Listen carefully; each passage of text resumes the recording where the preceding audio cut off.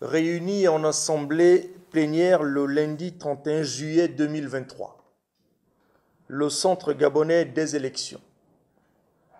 conformément à l'article 68 de la loi numéro 7/96 du 12 mars 1996 portant dispositions communes à toutes les élections politiques modifiées, a arrêté les modalités des bulletins de vote pour les élections générales du 26 août 2023.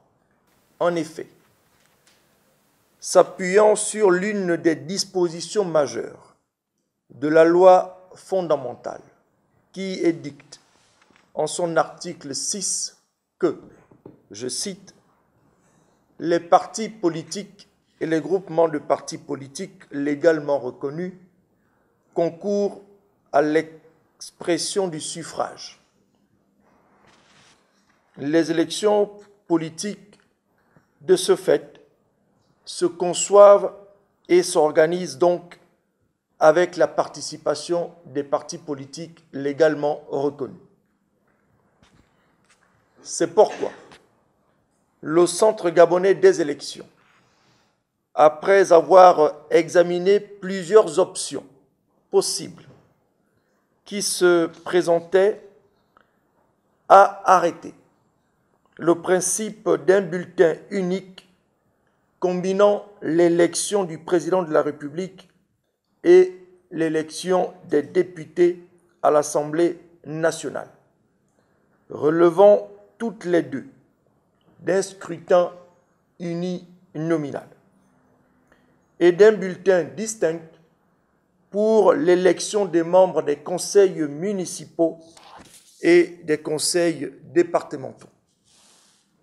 relevant quant à elle d'un scrutin de liste à la proportionnelle. La modalité d'adopter un bulletin unique pour les deux types d'élections au scrutin uninominaux et par parti politique pour voter le président de la République et les députés à l'Assemblée nationale, pour inhabituelle qu'elle puisse paraître, va s'établir comme une réelle opportunité pour les électeurs au travers de l'acquisition d'un nouvel outil de facilitation du système électoral. C'est en cela que cette modélisation s'impose comme la meilleure option qui va prévenir alors toutes les lacunes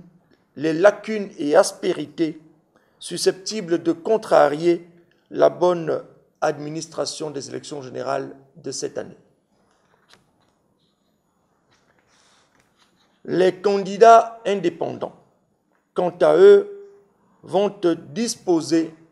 de bulletins distincts garantissant leur expression. Mesdames, Messieurs, l'adoption du bulletin unique pour l'élection du président de la République et l'élection des députés à l'Assemblée nationale constitue un tournant historique dans la simplification du processus de votation dans notre pays, en ce qu'il va permettre, contrairement à l'organisation des élections couplées de 2018, la facilitation du vote pour l'électorat, la réduction du temps de passage dans les bureaux de vote dès lors que le tri habituel entre plusieurs bulletins est minimisé et maîtrisé.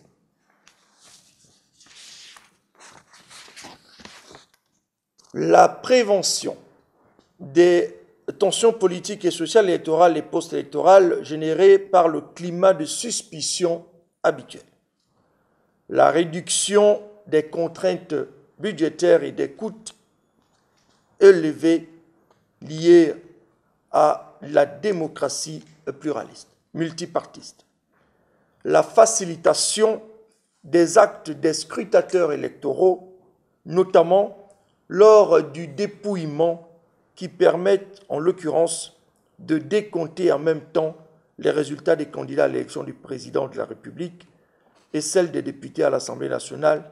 et des membres des conseils départementaux et des conseils municipaux. La facilitation de la compilation des résultats et l'annonce de ceux-ci. La garantie de la légitimité des institutions à travers l'harmonie mécanique qui en résulterait entre le président de la République, qui serait élu sur la base de son projet politique, et les députés à l'Assemblée nationale, qui lui offriraient conséquemment les moyens constitutionnels de mettre en œuvre sans délai son projet de société. Au demeurant, le processus de dépouillement après le vote est appelé à se dérouler selon les modalités habituelles, avec cependant l'adjonction de 2 tableaux. Les 3 tableaux ainsi mis en évidence sont dédiés respectivement à l'affichage des résultats de l'élection du président de la République, des députés à l'Assemblée nationale et celle des membres des conseils municipaux et départementaux.